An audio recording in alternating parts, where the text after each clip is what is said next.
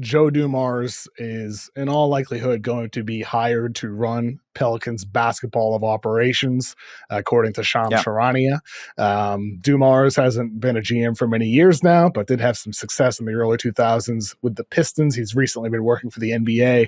The interesting news from yesterday came from Shamit Dua, and he said that he's heard some stuff about how Zion could be potentially a guy that gets moved under Dumars.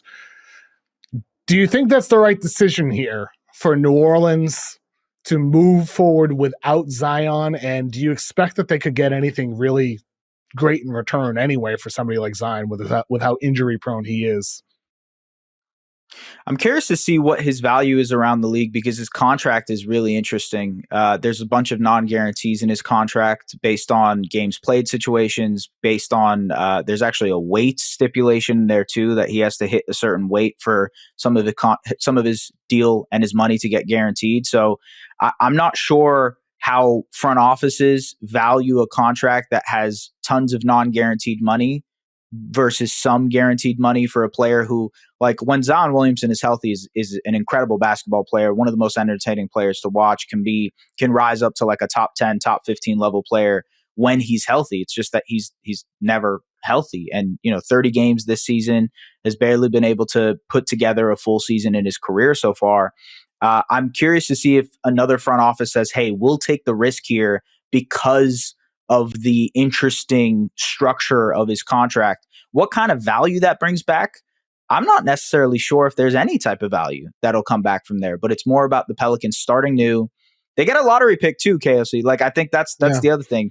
If you land in the top 3 and you're looking at like a Dylan Harper or maybe even Cooper Flagg, if they land number 1, that really changes things and it makes more sense for them to move Zion then.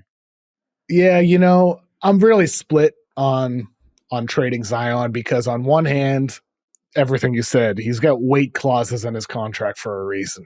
He hasn't stayed healthy. He has his flaws. Like, he's a great player when he's on the floor, but he doesn't shoot. Yeah. He's a shaky defender as well. There's like real flaws in his game that could really manifest in a postseason.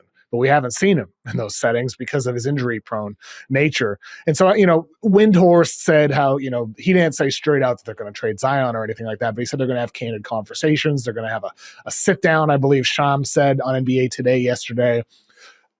Like, I think it depends on the offer, honestly. Like, is a team willing to make something that's a strong offer for him, a lottery pick, maybe a young player? If it's just a salary dump, no, I'm keeping Zion. I'm not just getting rid of him. He's not, to me, the level of player I'm just cleaning my hands with Zion Williamson. It's not like Bradley Beal wanting to stretch his contract with the Suns where get the hell out of here. With Zion, there's still something there. There's still something there with him. We saw it this season. He was awesome in the second half of the year. So there's still something. So I wouldn't want to just get rid of him. I don't know what team, like Windhorst also said there's going to be significant interest if he were put on the trade market. He said that back in March. I don't know where the significant interest is going to be. Like Brooklyn? Yeah, from who? Brooklyn? Yeah. From Brooklyn, a team like that. Anybody come to mind for you that is a team that should, make a really strong offer for Zion? What about the Miami Heat? A little bit of Heat culture for Zion Williamson. How do you feel about that? Like, if there's one team that kind of can set him on the right path, and they do go for their stars, they do trading for their stars. They like getting involved in those type of deals. If you have to, maybe they now have 2 first-round picks in this draft because of the Jimmy Butler trade. Maybe they give up one of those picks. They're probably going to end up in the lottery here. I'm not sure what it'll end up being. Maybe. Miami. How do you feel about that? Yeah. Miami's intriguing. Yeah, they could use a swing. Yeah. They could use a swing. I mean, I think it would be a team like that. I think it would be a team, like Chicago, their opponent in the play-in, like somebody like that, where it's like you're kind of on the fringes. Like Atlanta, like one of those like play-in level teams. How about your Raptors? Yeah, I can't. I don't know, man. Look, it'd just be funny to trade for both Brandon Ingram and Zion Williamson, wouldn't it? It'd just be the New Orleans Raptors here. That just would another tanking year. Yeah.